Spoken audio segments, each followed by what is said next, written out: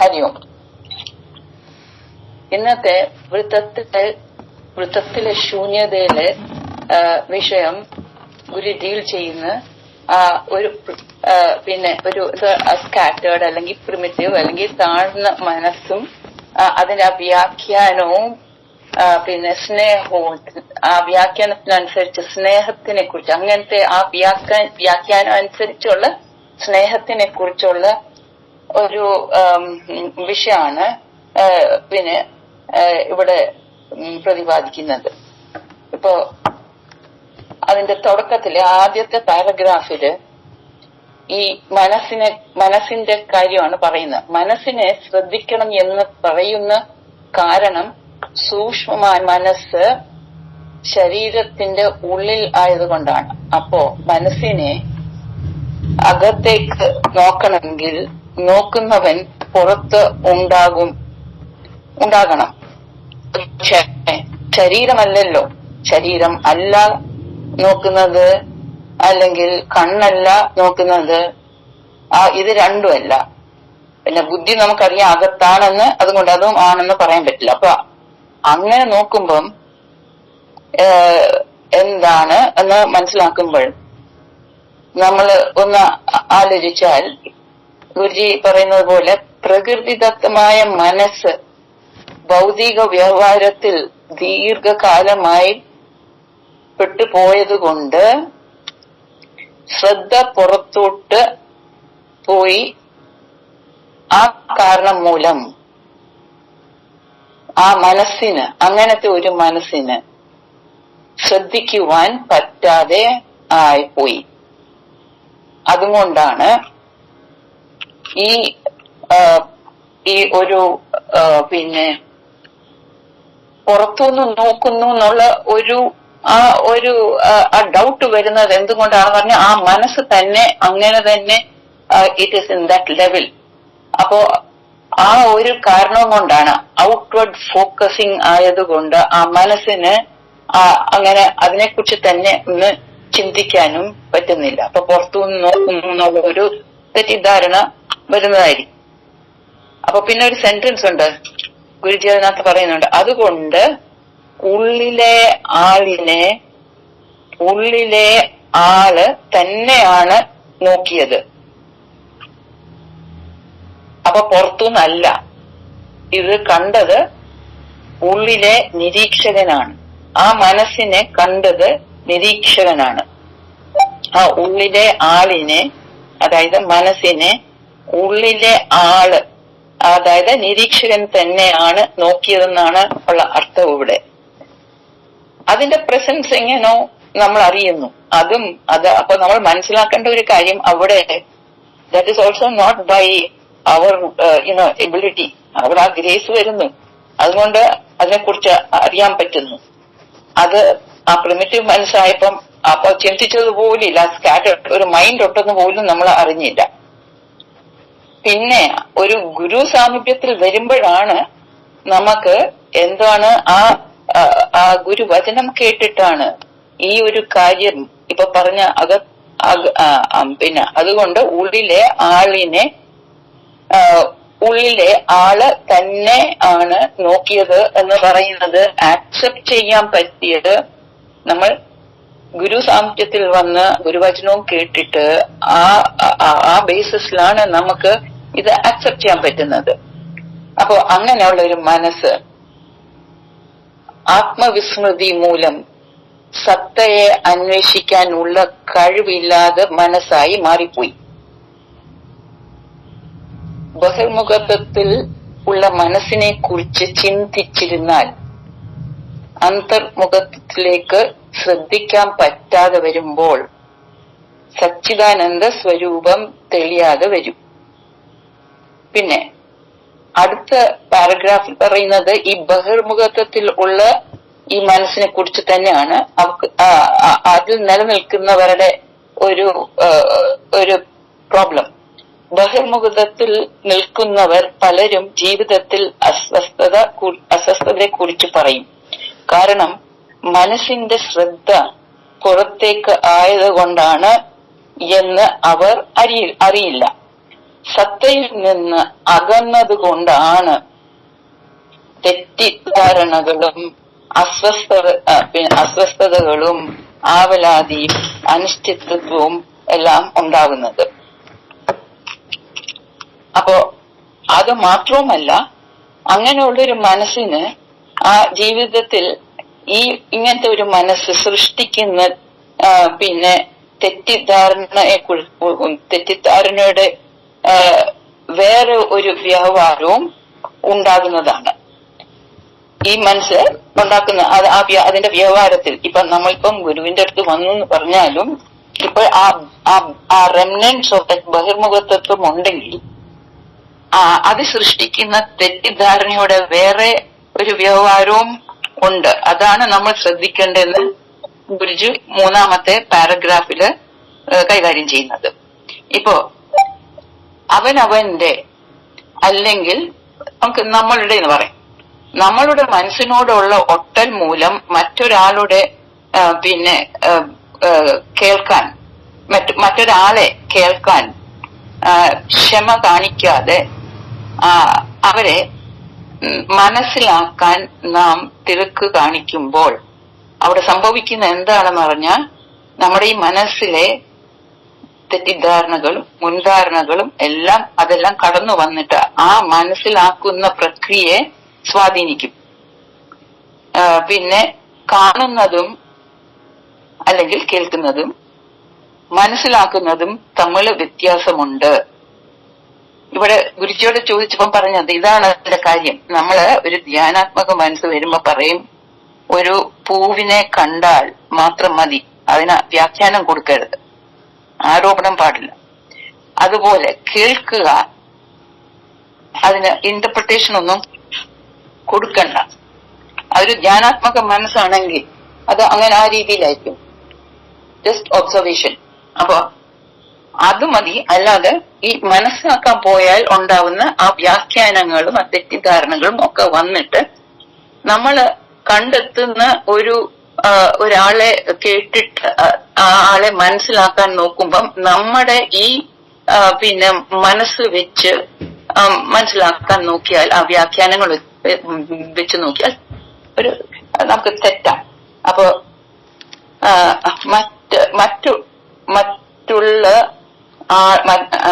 മറ്റുള്ള ഒരു ആളെ നമ്മുടെ മുൻധാരണകളെ ബേസ് ചെയ്ത് മനസ്സിലാക്കുന്നത് തെറ്റാണ്. എങ്കിലും നമ്മൾ ഒരു കാര്യം പറയും, അപ്പൊ ഇതിൽ നിന്നൊരു കാര്യം മനസ്സിലാക്കാനുണ്ട്. അപ്പോഴും നമ്മുടെ മനസ്സിന്റെ how undeveloped it is, primitive ആണ് എന്ന് കാണിക്കുന്നത്. എങ്കിലും നമ്മൾ പറയും അപ്പൊ നമ്മൾ ചെയ്ത ഒരു തെറ്റുണ്ട്. നമ്മുടെ മനസ്സിലെ തെറ്റിദ്ധാരണ വെച്ച് നമ്മള് കേട്ടില്ല, പക്ഷെ മനസ്സിലാക്കാൻ ശ്രമിച്ചു. എങ്കിലും നമ്മൾ പറയും അവനെ ഞാൻ മനസ്സിലാക്കിയതുപോലെ മറ്റാരും മനസ്സിലാക്കിയില്ല, എന്നിട്ടും അവൻ എന്നോടിങ്ങനെ ചെയ്തല്ലോ, അവനെ മനസ്സിലാക്കാൻ പറ്റിയില്ലല്ലോ, അവന് എന്തു പറ്റി? അങ്ങനെ അത് നമ്മൾ എങ്ങനാണോ അവനെ മനസ്സിലാക്കുന്നത് അതേപോലെ മനസ്സിലാക്കാൻ നമ്മൾ അവിടെ തെറ്റി. അവനെ മനസ്സിലാക്കാൻ എങ്ങനെയാണോ നമ്മൾ തെറ്റിയത് അതേപോലെ നമ്മളും അതേ തെറ്റ് തന്നെ നമ്മളെ മനസ്സിലാക്കുന്നതിലും കാണിക്കുന്നു. എന്ന് പറഞ്ഞാൽ എന്ത്? അവിടെ നമ്മൾ ആ വാസനാനുപരമായ മനസ്സിൽ തലത്തിൽ നിന്നുകൊണ്ട് ആ മനസ്സിനെ കാണുന്നത്. മീൻസ് അവിടെ നിരീക്ഷകന്റെ കുറവുണ്ട്, അതാണ് ചൂണ്ടിക്കാണിക്കുന്നത്. അതുകൊണ്ടാണ് കേൾക്കുന്നതും മനസ്സിലാക്കുന്നതും രണ്ടാണ് എന്ന് പറയുന്നത്. കേൾക്കുന്നത് നിരീക്ഷകനുണ്ടെങ്കിൽ പറ്റും, മനസ്സിലാക്കാൻ പോകുന്നത് നമ്മുടെ വ്യാഖ്യാനം വെച്ച് തെറ്റിദ്ധാരണ വെച്ച് പോകുവാണെങ്കിൽ, അതായത് അവിടെ ചിന്തകനുണ്ടെന്നുള്ളത് പോലെ അവിടെ മനസ്സുണ്ട്. അതാണ് പറയുന്നത്. ആ മനസ്സ് ധ്യാനാത്മക മനസ്സല്ല, it will be the primitive scattered mind എന്ന് പറയാം. അപ്പൊ അങ്ങനെ ഒരു മനസ്സിന്റെ ഒരു കാര്യമാണ് പിന്നെ അടുത്ത ലാസ്റ്റ് പാരഗ്രാഫിൽ തന്നെ പറയുന്നത്. അവിടെ വീണ്ടും അതിൽ നിന്നും ഉണ്ടായ വേറെ ഒരു ഡെവലപ്മെന്റ്, മറ്റുള്ളവരെ മനസ്സും കൊണ്ട് കണ്ടും കേട്ട്, അതായത് നിരീക്ഷകന്റെ അഭാവത്തിലാണെന്ന് ഓർത്തോണം, മറ്റുള്ളവരെ കണ്ടും കേട്ട് സ്നേഹിക്കുവാൻ പുറപ്പെടുന്നവർ പരാജയപ്പെടുകയും, എന്താ മുകളിൽ പറഞ്ഞതുപോലെ പരാജയപ്പെടുകയും സ്വാർത്ഥത കൂടുകയും ചെയ്യുന്നു. സ്വാർത്ഥത കൂടിക്കൂടി അത് സ്നേഹം എന്ന തെറ്റിദ്ധാരണ ഉണ്ടാകും. അതായത് അവരുടെ അഹം ബേസ് തലത്തിൽ നിന്നുകൊണ്ട് പിന്നെ ഒരു എന്താ ആ മനസ്സിന്റെ ഒട്ടൽ, മനസ്സിനകത്തെ ചിന്തകളുടെ ഒട്ടൽ വെച്ചാണ് ഈ മറ്റേ ഒരു ആളുടെ കേട്ടും ഒക്കെ മനസ്സിലാക്കിയത്. അപ്പൊ അതൊരു സ്വാർത്ഥത ഉണ്ട് അതില്. അപ്പൊ ആ സ്വാർത്ഥ അപ്പൊ അവിടെ ഒരു സ്നേഹവും വരും. ആ സ്വാർത്ഥ സ്നേഹം സ്നേഹിക്കപ്പെടുന്ന വ്യക്തിയെ വീർപ്പ് മുട്ടിച്ച് ആ വ്യക്തി അവിടുന്ന് രക്ഷപ്പെടാൻ ശ്രമിക്കും. അപ്പോൾ നാം പറയും, അവൻ എന്നെ മനസ്സിലാക്കിയില്ല എന്ന്. അത് തന്നെയാണ് നമ്മളും ചെയ്തത്. നമ്മൾ നമ്മളെ മനസ്സിലാക്കിയില്ല. സ്വാർത്ഥത ഉള്ളിടത്ത് സ്നേഹമില്ല. മനസ്സാണ് വ്യാഖ്യാനിച്ച് സ്വാർത്ഥതയെ സ്നേഹമായി തെറ്റിദ്ധരിപ്പിച്ചത്. അതിന് കാരണം വാസനാനിബിഡമായ മനസ്സിൽ ആണ് എന്റെ നിലനിൽപ്പ് എന്നുള്ള കാരണം കൊണ്ടാണ്. ഞാൻ ആ മനസ്സ് ആണ്, അതായത് ആ വാസനാനിബിഡമായ മനസ്സാണ് എന്ന ആ തെറ്റിദ്ധാരണയിൽ നിലനിൽക്കുന്നത് കൊണ്ടാണ്. സത്ത ഒരിക്കലും ആ തെറ്റിദ്ധാരണയ്ക്ക് കാരണം അല്ല. അപ്പോ ആ മനസ്സിനെ കുറിച്ചുള്ള, ആ മനസ്സിൽ നിന്നും ഉണ്ടാവുന്ന ആ സ്നേഹത്തിന്റെ ഡെഫിനിഷന്റെ ആ പിന്നെ ഡിഫക്റ്റിനെ കുറിച്ചാണ്, അതെങ്ങനെ വരുന്നു എന്നുള്ള കാര്യമാണ് ഗുരുജി ഇന്ന് ഡിസ്കസ് ചെയ്തത്. ഹരിയോം. ഹരിയോം. നമുക്കറിയാം, നമ്മുടെ ഇന്ദ്രിയങ്ങളെല്ലാം പുറത്തേക്കാണ്, അല്ലെങ്കിൽ പുറത്തുള്ളതുമായിട്ടാണ് അറ്റാച്ച്ഡ് ആയിട്ട് നിൽക്കുന്നത്. നാം ഭൗതികയില് വ്യവഹരിക്കുന്നെങ്കില് പുറത്തേക്ക് നോക്കിയേ പറ്റൂ. അതിലൂടെയാണ് മനസ്സ് സഞ്ചരിക്കുന്നത്. സ്വാഭാവികമായിട്ട് മനസ്സെന്തു പുറത്തേക്ക് തന്നെ ഉള്ള എല്ലാ വിഷയങ്ങളുമായിട്ട് അറ്റാച്ച്ഡ് ആയി നിൽക്കും. അതിന്റെ കാരണം വാസനകളാണ്. ഇത് നമ്മൾ ആർജിച്ചെടുത്ത ഇപ്പോഴത്തെ മനസ്സിന്റെ സംസ്കാരമാണ്. ജന്മജന്മാന്തരങ്ങളുമായിട്ട് നമ്മൾ ആർജിച്ചെടുത്ത സംസ്കാരമാണിത്, മനസ്സിന്റെ സംസ്കാരം. അതാണ് നമ്മൾ നമ്മളെ അറിയാൻ ശ്രമിക്കാതെ ഭൗതിക വ്യവഹാരത്തിൽപ്പെട്ട് ദിശ മാറി സഞ്ചരിക്കുന്നു.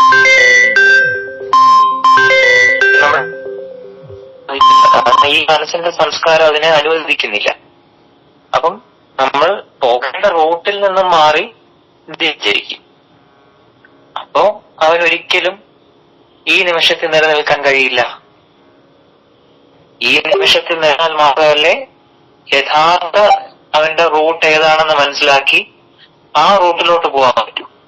അപ്പൊ ഈ മനസ്സിന്റെ സംസ്കാരം ഇങ്ങനെ നടക്കുമ്പോഴത്തേക്ക് അതിൽ നിന്നും എതിർ ദിശയിലേക്ക് മാത്രമേ നമ്മുടെ മനസ്സ് കൊണ്ടുപോവുള്ളൂ. അപ്പം ഭൗതികമായിട്ടുള്ള വിഷയങ്ങളിലായിരിക്കും കൂടുതൽ അറ്റാച്ച്ഡ് ആവുന്നത്. വാസനകൾ അങ്ങനെ ചിന്തിക്കാനേ മനസ്സിന് അറിയാവുള്ളൂ. വാസനകളുടെ പുറകെ പോകാനേ അറിയാവുള്ളൂ. ഒരിക്കലും നമ്മൾ ശരിക്കുള്ള റൂട്ടിലോട്ട് പോകില്ല. അപ്പം അതിന്റെ ഒരു അനന്തരഫലമായിട്ട് എന്ത് പറ്റും? സ്വാഭാവികമായിട്ടും മനസ്സിന് അസ്വസ്ഥത വരും, ദിശ മാറി സഞ്ചരിക്കുന്നതുകൊണ്ട്. അപ്പം ശുദ്ധബോധമാകുന്ന അവന്റെ അസ്തിത്വത്തിൽ നിന്നും അകന്നു പൊയ്ക്കൊണ്ടിരിക്കുകയാണ്. ആ മനസ്സ് സ്വസ്ഥത കിട്ടാൻ വേണ്ടി എന്ത് ചെയ്യും? പുറത്തെ വിഷയങ്ങളെ കൂട്ടുപിടിക്കും. കാരണം മനസ്സിന് അതിന്റെ സ്വസ്ഥത എവിടെ കിട്ടുന്നോ എവിടെ ഇരിക്കുന്നോ ഒന്നും അറിയില്ല. അപ്പൊ അതിനറിയാവുന്ന വഴി എന്താണ്? അതിന്റെ ദിശയിലേക്ക് സഞ്ചരിക്കും. വാസനകളുടെ വഴി അതിലൂടെ സഞ്ചരിക്കും. അതിനറിയാവുന്ന ആ ദിശയേ ഉള്ളൂ. ഇനി ഒരു സാധകൻ വിചാരമാർഗത്തിലൂടെ സഞ്ചരിക്കുമ്പോ അവനിലെ നീശകം ഉണരും. തന്റെ മനസ്സിന്റെ സ്വസ്ഥത തന്നിൽ തന്നെയാണ് എന്ന് തിരിച്ചറിയും. അതായത് അത് തന്റെ ഉന്മയെ തിരിച്ചറിയുമ്പോൾ മാത്രമേ ആ സ്വസ്ഥത കിട്ടുള്ളൂ എന്നറിയും. ആ ഒരു തിരിച്ചറിവാണ് അവന് ലഭിക്കുന്നത് വിചാരമാർഗത്തിലൂടെ സഞ്ചരിക്കുമ്പോൾ. അവിടെ അവന്റെ വിവേകത്തെയാണ് കൂട്ടുപിടിക്കുന്നത്. വിവേകം പറയുന്നത് കേൾക്കാൻ ശ്രമിക്കും. അപ്പൊ മാത്രമാണ് അവന് അവന്റെ യഥാർത്ഥ കൂട്ടുകാരനെ കിട്ടുന്നത്. ആ കൂട്ടുകാരൻ അവനെ അവനിലേക്ക് നോക്കാൻ പഠിപ്പിക്കും. പുറത്തേക്ക് നോക്കാതെ അവനിലേക്ക് നോക്കാൻ പഠിപ്പിക്കും. ഇപ്പോഴാണ് ആ ഒരു പഴഞ്ചൊല്ല് നമുക്ക് ഓർമ്മ വരുന്നത്, ചങ്ങാതി നന്നായാൽ കണ്ണാടി വേണ്ട. അപ്പൊ ആ സുഹൃത്തിന്റെ കൂടെ നടക്കുമ്പോ അവന്റെ എന്താണ് ആ അസ്തിത്വത്തിലേക്കാണ് നടന്നു നീങ്ങുന്നത്. അപ്പൊ അവൻ സ്വാഭാവികമായിട്ടും സ്വസ്ഥത ഉണ്ടാവും. കാരണം മനസ്സ് അതിന്റെ ഉന്മയിലേക്ക് പോവുകയാണ്. അവന്റെ ഉന്മയെ തിരിച്ചറിയാൻ വേണ്ടി പോവുകയാണ്. അപ്പം ഒരു സ്വസ്ഥത വരും, ഒരു കാംനെസ് ഫീൽ ചെയ്യും മനസ്സിന്. അപ്പൊ മനസ്സിന് എന്ത് ചെയ്യാൻ പറ്റും? മനസ്സിന് തന്റെ ഊർജത്തെ ഉയർത്തി തന്റെ നോട്ടം, ആ മനസ്സിന്റെ നോട്ടം ഉന്മയിലോട്ട് മാത്രം കേന്ദ്രീകരിക്കും. ഒരു ലക്ഷ്യം ഉറപ്പിക്കും. എന്റെ ഉന്മയെ തിരിച്ചറിഞ്ഞാൽ മാത്രമേ എനിക്ക് ആ സ്വസ്ഥത കിട്ടുള്ളൂ, സമാധാനം കിട്ടുള്ളൂ എന്ന് പറഞ്ഞിട്ട് വിവേകത്തെ കൂട്ടുപിടിച്ച് ആ നോട്ടം, ആ മനസ്സിന്റെ നോട്ടം ആ ഉന്മയിലേക്ക് മാത്രം കേന്ദ്രീകരിക്കും. എന്നാൽ അവസാനത്തെ പാരഗ്രാഫ് പറയുന്നത്, ഇപ്പം ഈ പുറത്തേക്ക് നോക്കുന്ന മനസ്സാണെങ്കിൽ അവന്റെ കൂട്ടുകാരൻ ആരായിരിക്കും? വാസനകളായിരിക്കും. അവ ഒരിക്കലും അവന്റെ ലക്ഷ്യത്തിലേക്ക് എത്തിക്കില്ല. മറിച്ച് കൂടുതൽ കൂടുതൽ അകലത്തിലേക്ക് കൊണ്ടുപോകും അങ്ങനത്തെ മനസ്സാണെങ്കിൽ. കാരണം ഒരു നിസ്വാർത്ഥമായിട്ടുള്ള ഒരു സ്നേഹത്തിന് പകരം അവന്റെ സ്വാർത്ഥ താല്പര്യത്തിനായിട്ടുള്ള കപട സ്നേഹത്തിന്റെ ഒരു മുഖം മൂടി അണിയാൻ പ്രേരിപ്പിക്കും ആ മനസ്സിനെ. കാരണം ആ മനസ്സിന്റെ നിലനിൽപ്പിന് അത് ആവശ്യമാണ്. വാസനകളായിട്ട് കൂട്ടുകൂടുന്ന മനസ്സിന്റെ നിലനിൽപ്പിന് അത് ആവശ്യമാണ്. അതുകൊണ്ട് ഒരിക്കലും ആ ഉന്മയിലോട്ട്, ആ ലക്ഷ്യത്തിലേക്ക് എത്തിക്കാൻ ഒരിക്കലും അത് ശ്രമിക്കില്ല പുറത്തേക്ക് നോക്കുന്ന മനസ്സ്.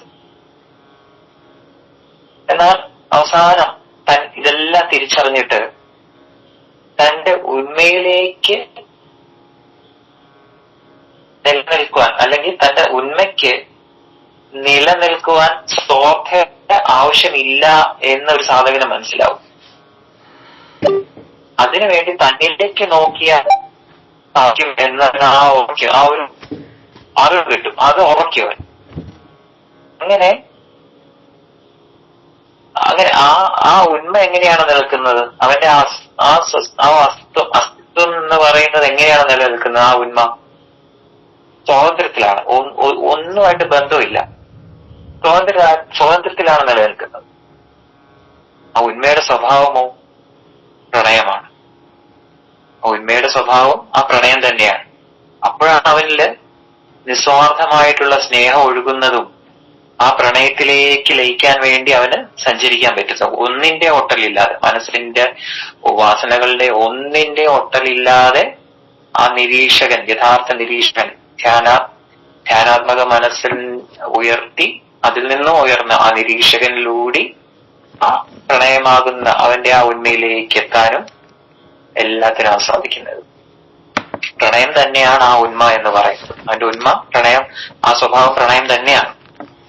അതിലേക്ക് അവൻ എത്താനും സാധിക്കും.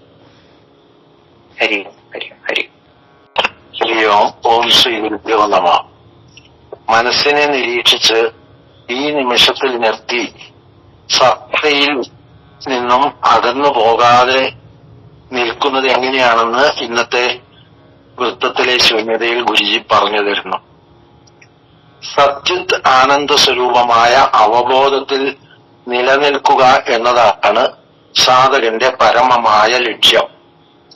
സാധകൻ അത് മറന്നു പോകുമ്പോൾ അവന്റെ മനസ്സ് പുറത്തേക്ക് സഞ്ചരിക്കുന്നു. ഈ നിമിഷത്തിൽ നിലനിന്ന് ശ്രദ്ധയോടെ നിരീക്ഷിക്കുമ്പോൾ മനസ്സിന് പുറത്തേക്ക് പോകുവാൻ കഴിയാതെ വരുന്നു. മനസ്സ് പുറത്തേക്ക് പോകുന്തോറും സത്തയിൽ നിന്ന് അകലുന്നു. സാധകനിൽ അസ്വസ്ഥത ഉളവാകുന്നതിന്റെ കാരണം ഇതാണെന്ന് അവൻ അറിയുന്നില്ല. ഒഴിച്ചുകൂടാനാവാത്ത ഭൗതിക വ്യവഹാരത്തിൽ മനസ്സിന് പുറത്തേക്ക് സഞ്ചരിക്കേണ്ടി വരും. അപ്പോൾ കാണുന്നതും കേൾക്കുന്നതും ഒക്കെ നിരീക്ഷിക്കുക മാത്രം ചെയ്യുക. മനസ്സിന്റെ വിലയിരുത്തൽ അവിടെ ഒഴിവാക്കുക. ഇനി മനസ്സിന്റെ പരിമിതികൾ കുറിച്ച് മുൻധാരണകൾ മറ്റുള്ളവരെ തെറ്റായി മനസ്സിലാക്കുന്നത് ഇടയാക്കുന്നു. ഒരിക്കലും ഒരാൾക്ക് മറ്റൊരാളെ പൂർണ്ണമായും മനസ്സിലാക്കാൻ കഴിയില്ല. കാരണം എല്ലാ മനസ്സും മാറിക്കൊണ്ടിരിക്കുകയാണ്, എപ്പോഴും മാറിക്കൊണ്ടിരിക്കുന്നതാണ്. അതുകൊണ്ട് മറ്റുള്ളവർ പറയുന്നത് ശ്രദ്ധയോടെ നിരീക്ഷിക്കുക മാത്രം ചെയ്യുക. അസ്വസ്ഥമായ മനസ്സ് പുറമേ സ്നേഹം തേടുന്നു. എന്നാൽ അതിന് പിന്നിൽ സ്വാർത്ഥതയുള്ളതിനാൽ അത് പരാജയപ്പെട്ട് അവനെ കൂടുതൽ അസ്വസ്ഥനാക്കുന്നു. അത്തരം ശ്രമങ്ങൾ ഒരു സാധകൻ ഉപേക്ഷിക്കേണ്ടതാണ്. ഒരു സാധകൻ ആരിൽ നിന്നെങ്കിലും സ്നേഹം പ്രതീക്ഷിക്കുന്നു എങ്കിൽ അതിന്റെ പിന്നിൽ തന്നിലെ സ്വാർത്ഥത ആണ് പ്രവർത്തിക്കുന്നത് എന്ന് അവൻ തന്നെ തിരിച്ചറിയുകയും വേണം. സത്തയിലേക്കുള്ള അകലം കുറക്കുവാൻ ഗുരുനിർദ്ദേശപ്രകാരം സാധകൻ നിരീക്ഷണം ശക്തമാക്കണം. അതുപോലെ തന്നെ സാധനയും ആത്മവിചാരവും ചെയ്തുകൊണ്ടേയിരിക്കണം. അഹം സാധകന്റെ ബോധത്തെ പരിമിതപ്പെടുത്തുന്നു. സ്വാർത്ഥതയ്ക്ക് കാരണമായ അഹത്തെ കരിച്ച് വാസനകളെ ക്ഷയിപ്പിക്കുന്ന സാധകനിൽ ബോധവികാസം ഉണ്ടാകുന്നു. അവിടെ ഗുരുവിന്റെ കൃപയാൽ സാധകനിലെ ബോധം ശുദ്ധമായി പൂർണ്ണതയിലെത്തുമ്പോൾ അവന് സത്തയിലേക്ക് അടുക്കുവാൻ കഴിയും. ഗുരുജി, ഇതിൽ ആദ്യത്തെ ചോദ്യം ശരിക്കും നമ്മുടെ ഇതുവരെയുള്ള കൺസെപ്ഷൻസ് എല്ലാം മാറ്റി മറിക്കുന്നതാണ്. ഗുരുജി ചോദിക്കുന്ന ചോദ്യം ഇതാണ്: നമ്മൾ മനസ്സിനെ ശ്രദ്ധിക്കണമെങ്കിൽ അകത്തേക്ക് നോക്കണം എന്നാണല്ലോ എല്ലാരും പറയുന്നത്. ഇപ്പൊ ഗുരുജി ചോദിക്കുന്നത്, അകത്തേക്ക് നോക്കുവാൻ നിനക്ക് സാധിക്കുമോ? അങ്ങനെ സാധിക്കുമെങ്കിൽ നീ എന്ത് ഉപയോഗിച്ചാണ് അതിനെ കാണുവാൻ ശ്രമിക്കുന്നത്? അല്ലെങ്കിൽ എന്തിനെയാണ് നീ കാണുവാൻ ശ്രമിക്കുന്നത്? ശരിക്കും ഈ ചോദ്യം കേട്ടപ്പോൾ തന്നെ നമ്മൾ പൊതുവെ സമൂഹത്തിൽ അകത്തേക്ക് നോക്കുക ആ ചോദ്യത്തിന്റെ തന്നെ വ്യർത്ഥത നമ്മളൊന്ന് ആലോചിച്ചു പോയി. കാരണം ആ മനസ്സിന്റെ ആ ആവരണങ്ങൾ മൂടി നിൽക്കുന്നവന്റെ അടുത്ത് നീ അകത്തേക്ക് നോക്കൂ എന്ന് പറഞ്ഞാൽ അവൻ എന്ത് മനസ്സിലാകും? ഈ അവസരത്തില് ഞാൻ ഇപ്പം നമ്മുടെ ആത്മീയ യാത്രയിൽ വരുമ്പോൾ നമ്മൾ ആദ്യം ഗുരു നമ്മളെ പഠിപ്പിച്ചത് എന്താണ്? നീ നിന്നെ അറിയൂ എന്നാണ്. ഇപ്പം ഉള്ളിലേക്ക് നോക്കുക എന്ന് പറയുന്നത് വേറൊന്നുമല്ല, നീ നിന്നെ തിരിച്ചറിയൂ. നീ ആരാണ്? അപ്പം നമ്മൾ ആരാണ് എന്ന് ആദ്യം നമ്മൾ അറിയാൻ ശ്രമിക്കുമ്പം നമ്മൾ സത്ത എന്ന് പറഞ്ഞ് നമ്മൾ പോയിട്ട് കാര്യമില്ല. കാരണം അതിനെക്കുറിച്ച് നമുക്ക് യാതൊരു അറിവും ഈ ഒരു മനസ്ഥിതിയിൽ എനിക്കറിയില്ലായിരുന്നു, സത്യത്തെക്കുറിച്ചോ ഒന്നും അറിയില്ല. അപ്പൊ ഞാൻ എന്നെ കണ്ടത് എന്നിലെ മനോവികാരങ്ങളെ മാത്രമാണ് ഞാൻ കണ്ടത്. പ്രക്ഷുബ്ധമായിട്ടിരിക്കുന്ന ഒരു വ്യക്തിത്വത്തെയാണ് ഞാൻ കണ്ടത്. ദേഷ്യവും വികാരങ്ങളും എല്ലാം നിറഞ്ഞ് മൊത്തത്തിൽ സ്ട്രെസ്ഡ് ഔട്ടായിട്ട് ഒരു ഇൻഡിവിജ്വലിനെയാണ് ആദ്യം ഗുരുജി എനിക്ക് കാണിച്ചു തന്നത്. അപ്പോൾ അവിടെ എനിക്ക് സംഭവിച്ചതെന്ന് പറയുന്നത്, ഞാൻ പുറമേ ആരോപിക്കുന്നത് എന്നിൽ സാവധാനം കുറഞ്ഞു വന്നു. ഞാൻ എപ്പോഴും കുറ്റം കണ്ടെത്തുവാൻ ശ്രമിച്ചിരുന്നത് പുറത്താണ്, മറ്റുള്ളവരിൽ എപ്പോഴും ആരോപിച്ചിരുന്നു. എന്നാൽ സാധന യാത്ര തുടങ്ങിയപ്പോൾ ആരോപണങ്ങൾ പുറത്ത് കൊടുക്കുന്നത് കുറഞ്ഞു. തന്നിലേക്ക് തന്നെ വിരൽ ചൂണ്ടുവാൻ തുടങ്ങി. ഇതൊക്കെയാണ് പ്രശ്നങ്ങളിലെല്ലാം ആധാരം ഞാൻ തന്നെയാണ്. അപ്പോൾ മാറ്റേണ്ടത് എന്നെയാണ്, എന്റെ ധാരണകളെയാണ്. ഈ ധാരണകളെ ആദ്യം ഞാൻ തിരിച്ചറിയുക. അത് തിരിച്ചറിയാൻ ഗുരു തന്നിരിക്കുന്ന വജ്രായുധമാണ് എന്താണ്? നമ്മുടെ സാധന. സാധന കൃത്യമായിട്ട് നമ്മൾ ഉപയോഗിക്കുമ്പോൾ എന്ത് പറ്റും? നമ്മളെ നമ്മൾ സാവധാനം അറിഞ്ഞു തുടങ്ങും. അപ്പോൾ നമ്മൾ പറയുന്ന നമ്മളെ ആദ്യം അറിഞ്ഞു, നമ്മൾ ആരോപിച്ച് നമ്മളിൽ വൃത്തിഹീനമായിരിക്കുന്ന പലതിനെ കണ്ടതിനുപരി സാധനയുടെ തലങ്ങൾ മുകളിലേക്ക് പോകുമ്പോൾ എന്തു പറ്റും? നമ്മളെ തന്നെ സ്നേഹിക്കുവാൻ തുടങ്ങും. കാരണം നമ്മളപ്പോൾ കാണുന്നത് എന്താണ്? കൂടുതൽ അവിടെ ആരോപണങ്ങൾ ഇല്ല. ആരോപിക്കുന്ന ആള് അവിടെ അപ്രത്യക്ഷമായിക്കൊണ്ടിരിക്കുകയാണ്. ചിന്തകളുടെ സ്വാധീനം അവിടെ കുറഞ്ഞുകൊണ്ടിരിക്കുകയാണ്. അപ്പോൾ എന്താണ്? ഉള്ളം വൃത്തിയായിക്കൊണ്ടിരിക്കുകയാണ്. വൃത്തിയുള്ളടുത്ത് ആരാണ് ഉണ്ടാവുക? അസത്യം ഉണ്ടാകും. അപ്പോ നമ്മളില് ആ സത്ത തെളിഞ്ഞു വരുമ്പോൾ എന്താണ്? നമ്മൾ ഇന്നലെ ഡിസ്കസ് ചെയ്ത കണക്ക് സ്നേഹം നമ്മൾ പുറത്ത് തേടുകയില്ല. സ്നേഹം പുറത്ത് തേടുമ്പോഴാണ് അത് നമ്മുടെ സ്വാർത്ഥതയാണ്. പുറത്ത് തേടുമ്പോൾ അത് ആ മനസ്സിന്റെ കപടതയാണ്, നിന്റെ സ്വാർത്ഥതയാണ്. ആ ഒട്ടലുകൾക്ക് അപ്പുറം ഒരു ഒട്ടലുമില്ലാതെ നിരന്തരം ഒരു ആരോപണങ്ങളും ഇല്ലാതെ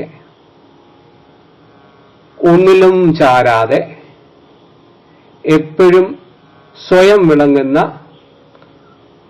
ആ ശക്തിവിശേഷം നമ്മളിൽ പ്രകാശിക്കുമ്പോൾ നമ്മൾ ആ സത്തയിലാകും. ആ സത്തയിലായി കഴിഞ്ഞാൽ സത്തയ്ക്ക് അകവും പുറവും ഒന്നുമില്ല. അപ്പോൾ നിനക്ക് അകത്തും പുറത്തും എങ്ങും സത്തയെ തേടേണ്ടതില്ല. അത് നിന്നിലും എന്നിലും എവിടെയും എപ്പോഴും നിറഞ്ഞിരിക്കുന്ന ആ പരമബോധമാവുന്ന ഗുരുബോധമാകുന്നു എന്നൊരു സത്യത്തിലേക്ക് നമ്മൾ എത്തിച്ചേരും. ഹരി ഓം. ഹരി ഓം. ഓം ശ്രീ ഗുരുഭ്യോ നമഃ.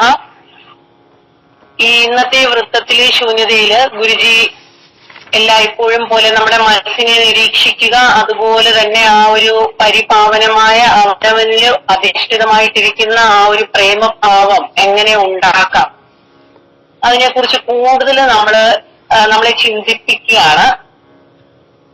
അപ്പോൾ മനസ്സ് എന്ന് പറയുമ്പോൾ നമ്മള് ഈ പറയുന്ന പോലെ എങ്ങനെ സ്നേഹം അവനവനിൽ ഉണ്ടാക്കാം എന്നുള്ളതിന് നമ്മുടെ ആ ഒരു ബോധാവസ്ഥ നമ്മള് മറ്റെന്തിലെങ്കിലും ഒട്ടി നിൽക്കുമ്പോൾ ആ ഒരു മനസ്സുമായിട്ടുള്ള വ്യാപാരങ്ങൾ മാത്രമായിരിക്കും അവിടെ നടക്കുന്നത്. അവിടെ ഒരു ഈഗോയിസ്റ്റിക് പ്രവർത്തനവും അതുപോലെ മനസ്സിന്റെ പ്രവർത്തനവും നടക്കും.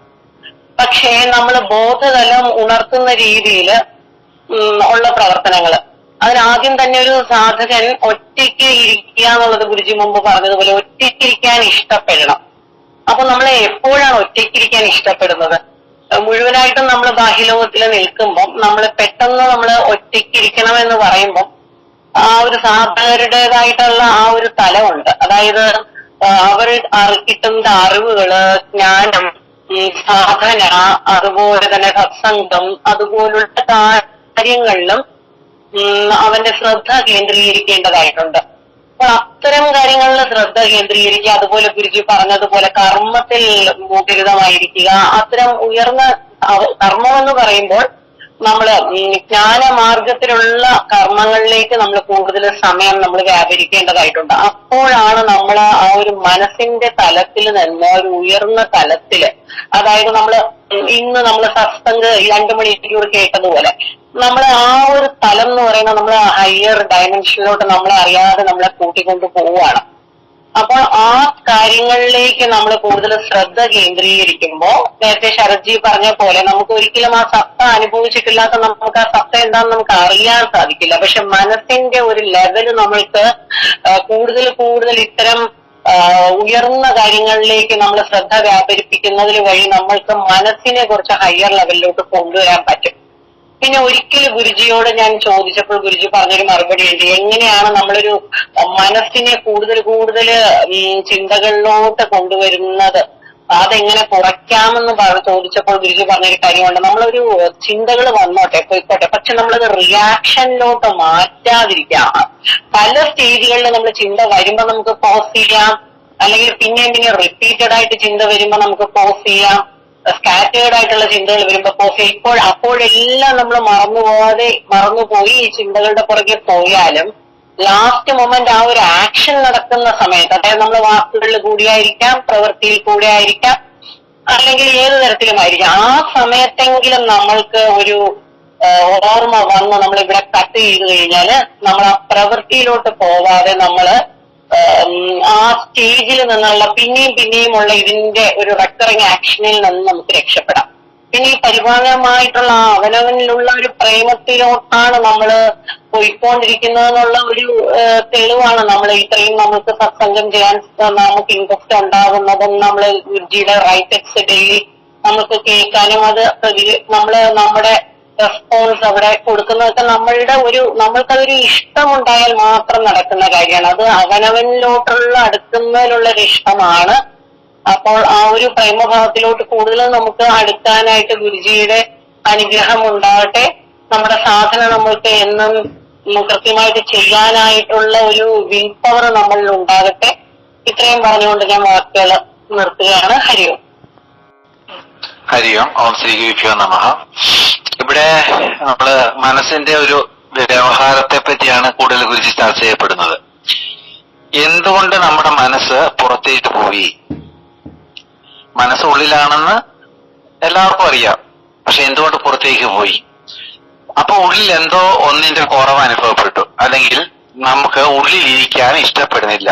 അതാണ് എപ്രകാരമാണ് നമ്മുടെ ഒരു വീട്ടിൽ അസ്വസ്ഥത ഉണ്ടാവുമ്പോൾ നമുക്കൊരു ഔട്ടിങ്ങിന് പോകാം, ഒരു ചേഞ്ച് ആവട്ടെ എന്ന് ചിന്തിക്കുന്നത് എന്തുകൊണ്ടാണ്? അതേ അവസ്ഥ, മാനസികാവസ്ഥ തന്നെയാണ് ഈ മനസ്സിനും ഉള്ളത്. മനസ്സ് പുറത്തേക്ക് പോകുന്നു എന്ന് പറയുമ്പോൾ ഉള്ളിൽ മനസ്സിനെ നിലനിർത്താൻ, അല്ലെങ്കിൽ മനസ്സിനെ കൊണ്ട് പരിഹരിക്കാൻ പറ്റാത്ത എന്തോ ഒന്ന് നമ്മളിൽ സംഭവിച്ചു. അപ്പോൾ എന്ത് ചെയ്യും? പുറത്തു തേടും. നമുക്ക് എന്തെല്ലാം നമ്മൾ നേടിയാലും നമുക്ക് ഒരു മനസ്സുഖമില്ലെങ്കിൽ, അല്ലെങ്കിൽ നമുക്ക് മനസ്സമാധാനം ഇല്ലെങ്കിൽ നമ്മളത് പുറത്തേക്ക് അന്വേഷിച്ചത് പോകും. അപ്പോൾ പുറത്തേക്ക് അന്വേഷിക്കും എന്ന് പറയുന്നത് പലയിടത്തുനിന്നും നമ്മളത് നേടിയെടുക്കാൻ ശ്രമിക്കും. നമുക്ക് കിട്ടാത്തത് നേടിയെടുക്കാൻ ശ്രമിക്കും. അപ്പോൾ നമ്മൾ എന്ത് ചെയ്യും? പുറത്തേക്കാണ് പോകുന്നത്. നമ്മളിൽ നിന്നും പുറത്തേക്ക് മനസ്സിനെ വ്യാപരിപ്പിക്കാൻ ശ്രമിക്കും. അപ്പൊ തീർച്ചയായിട്ടും അപ്പോൾ നമുക്ക് അത് പരിഹരിക്കാൻ സാധിക്കുമോ എന്ന് ചോദിച്ചാൽ അവിടെയും ഇല്ല. കാരണം സ്വാർത്ഥതയുടെ ലോകം, നിസ്സഹകരണത്തിന് ലോകം, ഒരാളെ പറ്റി ഒന്ന് കേൾക്കാൻ, എന്നെ പറ്റി ഒന്ന് കേൾക്കൂ എന്ന് പറയാൻ കേൾക്കാൻ ചെവി കൊടുക്കാത്ത ലോകം. അപ്പൊ ഇതിൽ നിന്നൊക്കെ ഇങ്ങനെ നിൽക്കുന്ന സമയത്താണ് യഥാർത്ഥത്തില് നമ്മള് ജീവിതത്തിന്റെ അർത്ഥത്തെ പറ്റി ചിന്തിച്ചു പോകുന്നത്. ചിലപ്പോ അങ്ങനെയൊക്കെ ചിന്തിക്കും. അപ്പോഴാണ് ശരിക്കും ആ ബോധം നമ്മളെ എവിടെയൊക്കെയാണ് കൂട്ടിക്കൊണ്ട് പോകുന്നത്, നീ എവിടെയാണ് നിൽക്കേണ്ടതെന്നുള്ളതിനെ പറ്റി ഒരു ഇൻഫർമേഷൻ എങ്കിലും നമുക്ക് തരാതിരിക്കില്ല. തീർച്ചയായിട്ടും അത് സംഭവിക്കും. കാരണം നമ്മുടെ മുന്നിൽ നിൽക്കുന്ന ഗുരുവാണ് എന്നുള്ളത് ബോധ്യപ്പെടുത്തി തരുന്ന ഈ ബോധം തന്നെയാണ്. ആ ബോധം ഗുരുവുമായിട്ട് ഗുരുസ്വരൂപമായിട്ട് കണക്ട് ചെയ്താണ് നമുക്ക് കാണിച്ചു തരുന്നത്. അപ്പോൾ തീർച്ചയായിട്ടും ആ ഒരു അവസരത്തിലാണ് നമുക്ക് എങ്ങനെ സമാധാനം കിട്ടും, അല്ലെ എങ്ങനെ നമുക്ക് ഇതിനെ പരിഹരിക്കാൻ കഴിയും എന്നുള്ള ആ ചിന്താഗതി വരുന്നത്. അപ്പോഴാണ് നമ്മളെക്കാളും മാനസിക അല്ലെങ്കിൽ ഗുരു എന്ന് പറയുന്ന ആ സ്വരൂപത്തെ പോലും നമ്മൾ ഡിപ്പെൻഡ് ചെയ്യുന്നത്. അപ്പൊ ആദ്യം നമ്മൾ ചെല്ലുന്ന സമയത്ത് നമ്മളെ കേൾക്കും ഗുരു, തീർച്ചയായിട്ടും കേൾക്കും. ആ ഒരു സവിശേഷതയാണ് എന്നെ ഏറ്റവും കൂടുതൽ ആകർഷിച്ചത്. കാരണം എന്നെ ഗുരു കേട്ടു. അപ്പൊ അതുകൊണ്ട് ഞാനും ആ ക്വാളിറ്റി കുറച്ച് സ്വാംശീകരിച്ച് ഞാനും ചെയ്യാറുണ്ട്. ഞാനും പലരെയും ശ്രവിക്കും. കാര്യം വെച്ചാൽ ഇന്ന് ഈ ലോകത്തില് പരസ്പരം ചെയ്യാത്ത ഒരേ ഒരു കാര്യം ഇതാണ്, എന്നെ ഒന്ന് കേൾക്കൂ എന്ന് പറഞ്ഞാൽ എനിക്ക് സമയമില്ല എന്ന് പറയുന്ന ലോകമാണ്. അപ്പൊ അവിടെയാണ് ഗുരുജി ആ കാരുണ്യം ചൊരിയുന്നത്. അത് ഞാൻ എടുത്തു പറയുകയാണ് ശരിക്കും. അപ്പം ഇവിടെ സംഭവിക്കുന്നത് എന്താ വെച്ചാൽ, ഈ ഗുരുവിനെ ഈ ഗുരു നമ്മളെ ആദ്യമേ കേൾക്കുമ്പോൾ ഗുരുജി മറ്റൊന്നും പറയില്ല, നമ്മളെപ്പറ്റി ഒന്നും പറയൂല, അല്ലെങ്കിൽ നമ്മുടെ അവസ്ഥയെപ്പറ്റി പറയൂല. എങ്ങനെ അപ്പോൾ തന്നെ നമ്മുടെ തെറ്റുകളെ നമുക്ക് മനസ്സിലാക്കാൻ സാധിക്കുന്നിടത്തോളം മറ്റൊരു പഠനവും നമുക്ക് ഉള്ളിലേക്ക് നടത്തണ്ട. സ്വയം തിരിച്ചറിയുക, എന്നിലെ വീഴ്ചകൾ, എന്നിലെ ചിന്താഗതികൾ, എന്നിലെ കർമ്മശുദ്ധി എങ്ങനെയാണ് ഞാൻ കർമ്മശുദ്ധിയോടെ എങ്ങനെയാണ് ചെയ്യേണ്ടത്, ഇതിനെപ്പറ്റിയൊക്കെ നമ്മൾ സ്വയം വിലയിരുത്തി പോകണം. നമ്മളെപ്പോഴും മറ്റുള്ളവരെ വിലയിരുത്താനാണ് നമ്മൾ ശ്രമിക്കുന്നത്. പക്ഷെ സ്വയം നമ്മളെ അറിഞ്ഞിട്ടുണ്ടോ, സ്വയം എന്നെ സ്നേഹിച്ചിട്ടുണ്ടോ, സ്വയം എന്നെ മനസ്സിലാക്കിയിട്ടുണ്ടോ, ഇതൊക്കെയാണ് ശരിക്കും ഒരു വ്യക്തി ചിന്തിക്കേണ്ടത്. ആ വ്യക്തി സാധനയിലേക്ക് വരുമ്പോൾ തീർച്ചയായിട്ടും ഗുരു നമ്മളെ ഇത് പഠിപ്പിക്കും. ഗുരു നമ്മളെ കൊണ്ട് ഇതെല്ലാം ചെയ്യിക്കും. കാരണം ഗുരു ആ ബോധസ്വരൂപനാണ്. ആ ബോധസ്വരൂപനെ എങ്ങനെ ഇത് അവനിൽ നിന്നും മാറ്റാൻ സാധിക്കും എന്നുള്ളത് തീർച്ചയായിട്ടും ചെയ്തുകൊണ്ടിരിക്കും. അതിന്റെ പരിണത ഫലമാണ് നമ്മൾ ഈ പറയുന്ന ഇപ്പം എല്ലാം കൂടെ ശരീരത്തോടെല്ലാം ചേർന്നിരിക്കുന്ന ഈ ഘടകങ്ങളെല്ലാം നമുക്കിപ്പോ എന്ത് ചെയ്യാൻ ഡിഫറെന്റ് ആയിട്ട് ഫീൽ ചെയ്യിപ്പിക്കുന്നു തുടങ്ങിയത്. ബുദ്ധി വേറെ, മനസ്സ് വേറെ, ചിത്തം വേറെ എന്നൊക്കെ, അഹം വേറെ എന്നൊക്കെ ചിന്തിപ്പിക്കുന്നത് അതുകൊണ്ടാണ്. അപ്പൊ നിസ്വാർത്ഥമായി എങ്ങനെ സ്നേഹിക്കാൻ സാധിക്കും, നമുക്ക് ആ സ്നേഹത്തെ എങ്ങനെ ഉൾക്കൊള്ളാൻ സാധിക്കും, നിന്നിൽ നിന്ന് എങ്ങനെ പ്രണയം പുറത്തേക്ക് ഒഴുക്കാൻ സാധിക്കും, ഇവയൊക്കെയാണ് ഒരു സാധകനെ കൊണ്ട് പഠിപ്പിക്കുന്നത്. ഗുരുജി തന്റെ ടീച്ചിങ്സിലൂടെ ആയാലും സത്സംഗത്തിലൂടെ ആയാലും ഇതൊക്കെ തന്നെയാണ് പറയുന്നത്. നിന്നെ അറിയുക, നിന്നെ അറിഞ്ഞുകൊണ്ട് പ്രവർത്തിക്കുക. അപ്പോൾ നമ്മളെ സ്നേഹിച്ചു തുടങ്ങുമ്പോൾ നമ്മളിലും സ്നേഹം പുറത്തേക്ക് ഒഴുകും. ആ പുറത്തേക്ക് ഒഴുകുന്ന ആ പ്രണയം കർമ്മമായിട്ട് യോജിച്ചു പോകുമ്പോൾ നമുക്ക് എല്ലാവർക്കും എല്ലായിടത്തും നന്മ കാണാനും എല്ലായിടത്തും പുഞ്ചിരി തൂകാനും മാത്രമേ നമുക്ക് സാധിക്കുകയുള്ളൂ. ആ ഒരു അവസരം നമുക്ക് എല്ലാവർക്കും സംജാതമാകട്ടെ എന്ന് പ്രാർത്ഥിച്ചുകൊണ്ട് ഹരിയോം.